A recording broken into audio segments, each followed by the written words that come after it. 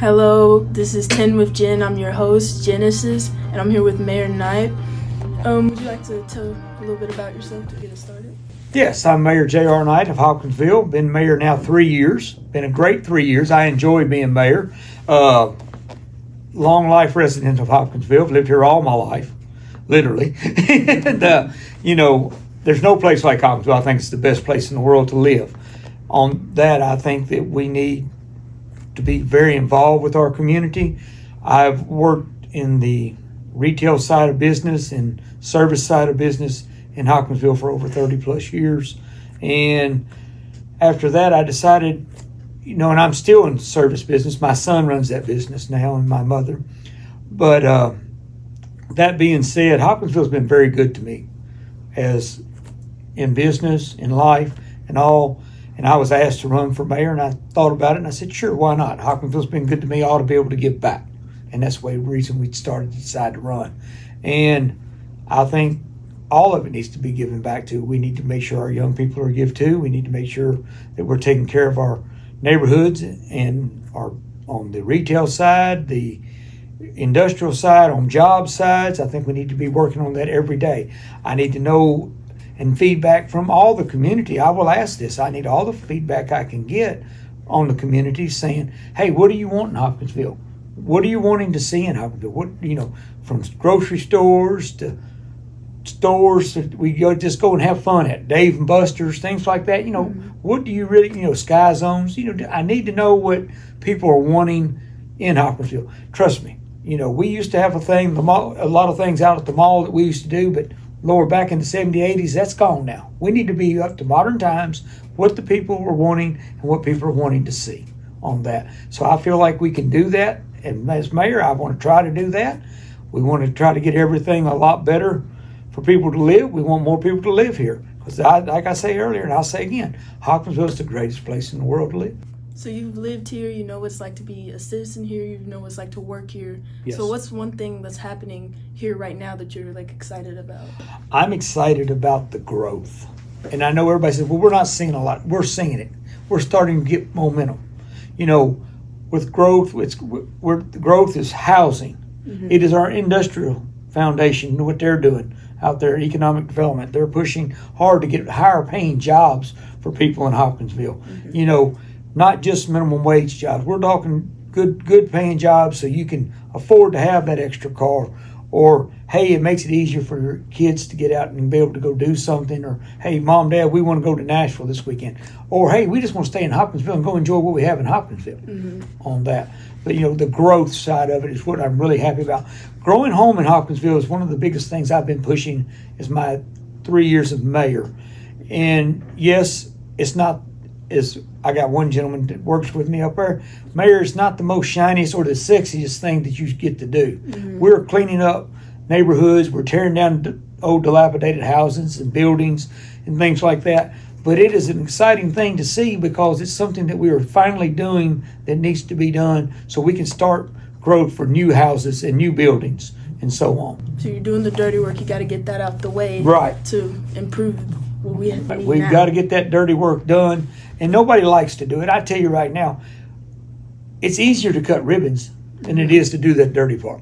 Trust me, it is. But I would ask everyone, you got to jump in and you got to get behind it and push forward if we want a better and brighter future for Hopkinsville. So you've lived here your whole life. What's one thing someone would be surprised to learn about you? Oh, me. We might not want to say that. No, I have lived here all my whole life. I was born in 1970. And graduated from Hopkinsville High School, done some time out there at Hopkinsville Community College, done EM classes and so on. I'm very happy to say I have three kids, 2 great-granddaughters. My son runs the family business here in town now. I got 2 daughters. One lives and teaches school in Denver, Colorado. Other daughter writes music and works for a music people in Nashville. For an organization there, does a lot of things for that. I can't believe that. But yeah, sorry about that. That phone won't quit. Sorry.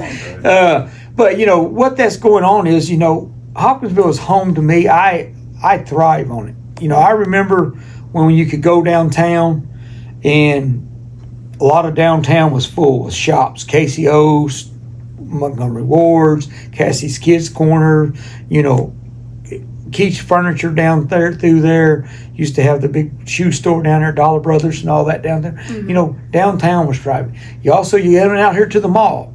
It was thriving. It was full. J.C. Penney's, all kinds of shops in there, Maurice's, And even then, they had a thing called Huck Finn's. It was a big arcade room in there that was set up for, that the young people in Hopkinsville, we all went to it.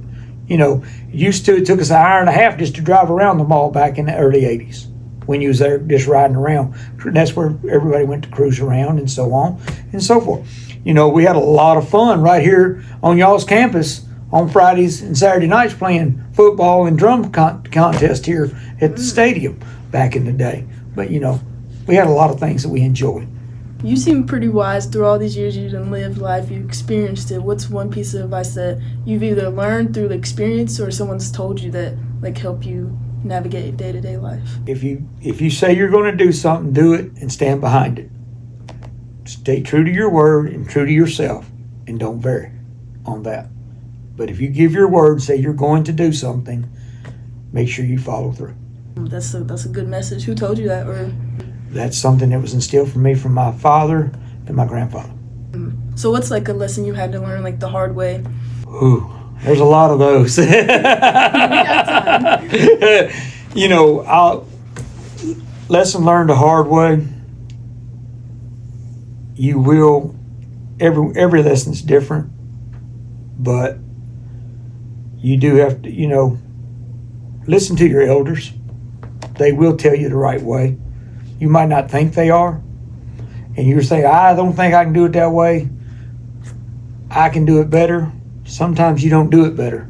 You find out you should have listened to them and you'd have got there in 10 less steps than where you should have been on that, because they have done the same thing you've done.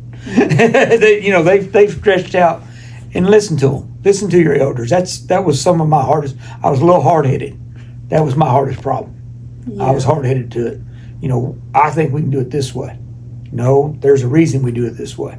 Now, can you give me a better reason or show me a better way to do it? I'm all for it. But listen to them, learn from them. Remember their history. I asked you to do that. A lot of young people my age, me too, think, I know what I know. But right. You got to remember that people already live what you've lived and experienced some of the same things you have. So you got to... Right.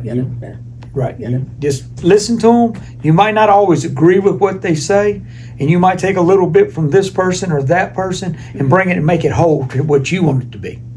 And that's where you have to look at that. Okay. And that's just like in city government right now. I don't want to hear we've always done it this way. I don't want to hear that. How can we make it bigger and better for the whole community? Just because we've always done it one way, let's look what we've done in the past. Let's go over and study what another community's done, how they got it, and then we can bring it back to Hopkinsville and make it bigger and brighter on that. Okay. What's one of the biggest changes you've made for just Hopkinsville as a whole? Hopkinsville as a whole is growing home right now is our biggest change. Mm-hmm. We've been sitting on dilapidated houses and buildings all over Hopkinsville, grass, trash, and weeds, code enforcement. No, it's nothing sexy to say, we're doing this great things. Mm-hmm. But we are doing great things because we're cleaning up the neighborhoods. We're cleaning up downtown. We're cleaning up the boulevard on pieces of property. When we look at that, no, it's not the sexiest thing going on, but it's something that we have to do, like you said a while ago, to make a better future for what we're doing. You got to do the hard work, right. Even though it's not just like that happening. No. For some people, as they see you, got to do the stuff that not everyone wants to do. Nobody wants to do this. Not everybody, because I can tell you right now, I get asked all the time, why are you doing this? It's because we need it so I can make a brighter future for tomorrow, and that's what we're looking for. Do the hard work.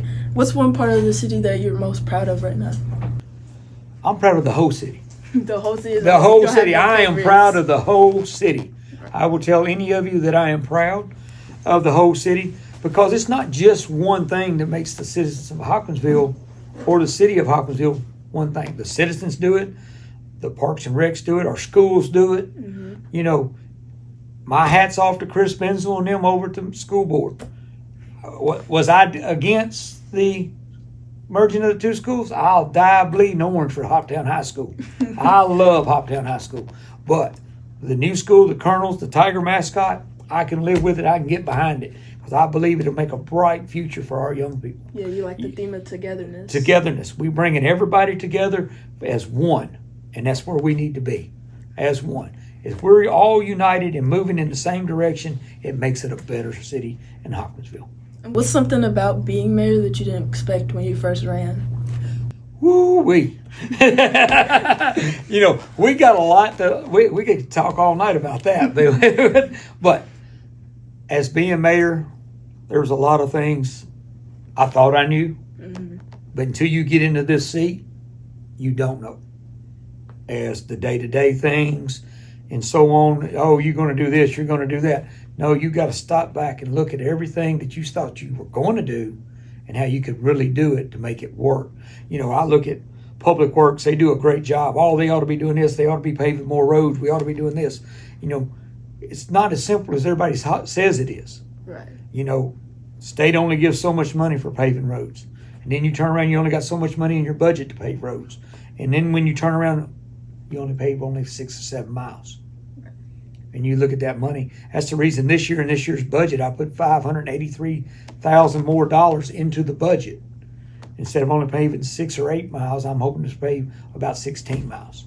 But we need that in our neighborhoods. You need a nice, smooth street. You don't want to be running down through there and wreck your bicycle on it, or your parents knock the front end out of the car because it's so bad on that. So, So you want to go down there.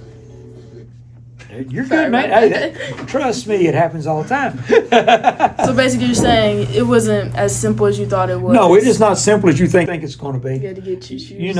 I have managed employees.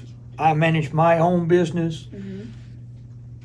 So you take managing 15, 20 employees to managing 350 employees, then you got 30,000 bosses now. And that's what I got. I've got 30,000 bosses, citizens telling me what they want and what they're wanting for Hopkinsville to have. Right. So that changes everything. So your job scope changes all the way around, a whole different spectrum how you look at it. You run your own business and you're also the mayor. How do you juggle that, or like? Now, I do not run that business no more. Oh. Now my son runs that business. When I run that business, I run that business for 30 plus years. And then I stepped out and run for mayor, let my son and my sister run that business. Okay, I help him on time. He'll call me, hey Dave, can you come help me? Got a question. That's no problem. I'll pick up, we'll talk about it. I'm sure that's who was ringing that telephone while ago. Yeah, I guarantee it was. I guarantee it was. But I don't mind that. I still love doing the appliance business. Mm-hmm. This is an elected job. I will run again for mayor. I will be running again for another 4 years because I do love it. I love the city of Hopkinsville. I'm not through doing what I want to do, how I want to change things, where I want to see Hopkinsville grow, how we make it better. I want to see a very vibrant town, downtown, Fort Campbell Boulevard, east side, west side. Mm-hmm. I want to see this neighborhood booming again. This neighborhood used to be right here on Central, was the life of the city back in my day when I run around. On the weekends, you could count on something going on over here all the time at the stadium. You want it back with the community. Right. I want the community to be connected again and be one. Okay, to wrap this all up, what's one big influential figure that's in your life that helped you get where you are today? I'd have to say my father was. Okay. He has passed, but he influenced me very much on hard work, dedication, determination, and be truthful to yourself, and everything else will fall in line. And remember that the good Lord's in charge of it all. It's not your world, it's his world. And I will tell you this, he always said it was a we thing, it's never a me thing. And it's true with the city of Hopkinsville. It is not a me thing as being mayor. This is a we thing. It is our community. We all live here.